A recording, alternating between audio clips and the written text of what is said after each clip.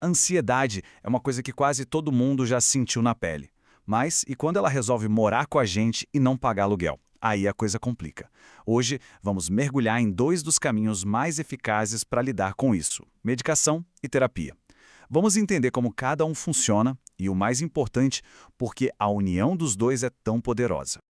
Pois é, aquela sensação de que a cabeça não para, os pensamentos correm sem controle e de repente vem aquele aperto no peito. Parece que a ansiedade tomou o volante, né? É uma sensação que pode ser bem avassaladora, mas entender o que está rolando por trás disso tudo já é o primeiríssimo passo para a gente começar a retomar o controle. Olha, é importante lembrar que sentir ansiedade é normal. É tipo um alarme de incêndio do nosso corpo, um sistema de luta ou fuga. O problema de verdade é quando esse alarme fica disparado o tempo todo, sem fogo nenhum. Aí sim, ele cria um ciclo vicioso de preocupação e sintomas que atrapalha e muito o dia a dia. Ok, vamos para a primeira parte. Para a gente entender como tratar, primeiro a gente precisa dar uma espiada lá dentro do cérebro e ver o que acontece no nível químico quando a ansiedade toma conta. Imagina que nosso cérebro é uma cidade gigante, cheia de ruas e prédios. Os neurotransmissores são os carteiros, os entregadores de aplicativo. Eles levam as mensagens de um neurônio para o outro. E são eles que regulam nosso humor, nosso sono, basicamente tudo. E claro, eles são a peça-chave no quebra-cabeça da ansiedade. E nessa história toda, a gente tem dois protagonistas. De um lado, o GABA. Pensa nele como o cara do deixa disso, o que pisa no freio do cérebro para trazer calma.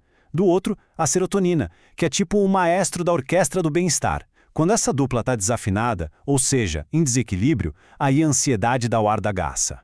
Agora a parte 2. E a boa notícia é que dá sim para ajudar a afinar essa orquestra. É aqui que entra a primeira grande ferramenta, a medicação, que vai agir direto nessa química do cérebro para tentar restaurar o equilíbrio. Mas um ponto super importante. Medicação para ansiedade não é uma pílula da felicidade, nem de longe. Ela funciona mais como um estabilizador. Ela acalma o mar agitado para que o barco, ou seja, a pessoa, consiga finalmente respirar e navegar sem o peso constante daquela tempestade de sintomas. E aqui a gente tem basicamente dois caminhos principais. Os benzodiazepínicos são como o freio de mão de um carro. Você puxa e pronto, alívio rápido. Eles aumentam a ação do GABA, mas claro, não dá para dirigir com o freio de mão puxado. Por isso são para uso a curto prazo. Já os ISRS são tipo o termostato do ar-condicionado. Eles vão ajustando a temperatura aos poucos, mexendo na serotonina, para manter um clima agradável e estável a longo prazo. Ah, e tem mais uma carta na manga, como a buspirona. Ela também mexe com a serotonina, mas de um jeito diferente. E a grande vantagem é que o risco de criar dependência é bem menor. E isso, claro, é um fator super importante na hora de um profissional montar o plano de tratamento. Agora um aviso que, sério, não dá para ignorar de jeito nenhum. Se medicar por conta própria é uma péssima ideia. É perigoso. Só um psiquiatra pode dizer qual o remédio certo na dose certa para cada pessoa. É uma questão de segurança e de fazer o tratamento funcionar de verdade. Beleza, vamos para a terceira parte. Se a medicação é uma peça do quebra-cabeça, a terapia é a outra, igualmente fundamental. Se o remédio ajusta a química, é a terapia que nos ensina a ajustar os pensamentos. A diferença é essa e ela é a chave de tudo. A medicação dá estabilidade, a terapia ensina as habilidades. Pensa assim, o remédio acalma a tempestade, mas é na terapia que a gente aprende a ser um bom capitão e a navegar o nosso próprio barco, com ou sem tempestade.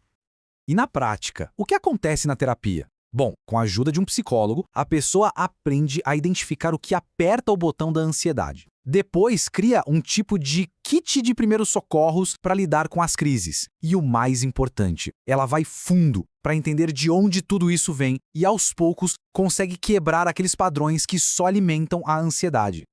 E é aqui que está a grande sacada. O remédio lida com o quê, ou seja, os sintomas. A terapia vai no porquê. Ela busca a causa, a raiz do problema. É um trabalho de autoconhecimento profundo que remédio nenhum sozinho consegue fazer. Certo, agora a mágica acontece. Parte 4. A parceria para o bem-estar. É aqui que a gente entende por que não se trata de escolher entre um e outro, mas sim de entender o poder de um e o outro, juntos. Essa analogia aqui é simplesmente perfeita para entender essa parceria. A medicação é o gesso na perna quebrada. Ela imobiliza, dá a estabilidade necessária para o osso colar. Mas quem já quebrou a perna sabe, tirar o gesso é só o começo. É a fisioterapia, no nosso caso, a terapia, que vai fortalecer os músculos de novo e ensinar a gente a andar, a correr, a viver sem mancar. Então o processo funciona mais ou menos assim. Passo 1. A medicação chega e baixa o volume do pânico, sabe? Cria um espaço, um respiro. Passo 2. Com esse respiro, a terapia entra em campo com tudo. É a hora de arregaçar as mangas e construir as ferramentas. E o resultado? Uma mudança que fica. Uma força interna, uma resiliência para lidar com o que vier pela frente. É exatamente por isso que essa abordagem integrada é o que os especialistas chamam de padrão ouro, porque ela ataca o problema por todos os lados, por dentro, na química do cérebro, e por fora, nos pensamentos e comportamentos. Ela não só alivia o agora, mas constrói um futuro mais forte. Para a gente fechar, vamos para a última parte que talvez seja a mais importante de todas, o caminho para se sentir melhor. E a mensagem aqui é de esperança, porque esse caminho existe e é totalmente acessível.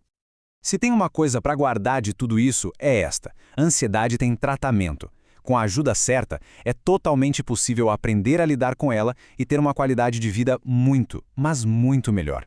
Ninguém precisa passar por isso em silêncio, de verdade. E além do tratamento profissional, tem umas coisinhas que a gente pode fazer no dia a dia para dar aquela força, sabe? Coisas como exercícios de respiração, praticar um pouco de atenção plena, tentar manter uma rotina e, claro, mexer o corpo. Tudo isso são ótimos complementos que fortalecem a mente e o corpo. Então, fica aqui uma reflexão para a gente terminar. A mudança não precisa começar com um passo gigante. A jornada começa com um passinho. Talvez seja pesquisar um profissional, talvez seja parar por 5 minutos para respirar fundo, ou simplesmente se permitir sentir o que se está sentindo, sem julgamento. O importante é saber que sempre existe um pequeno passo a ser dado.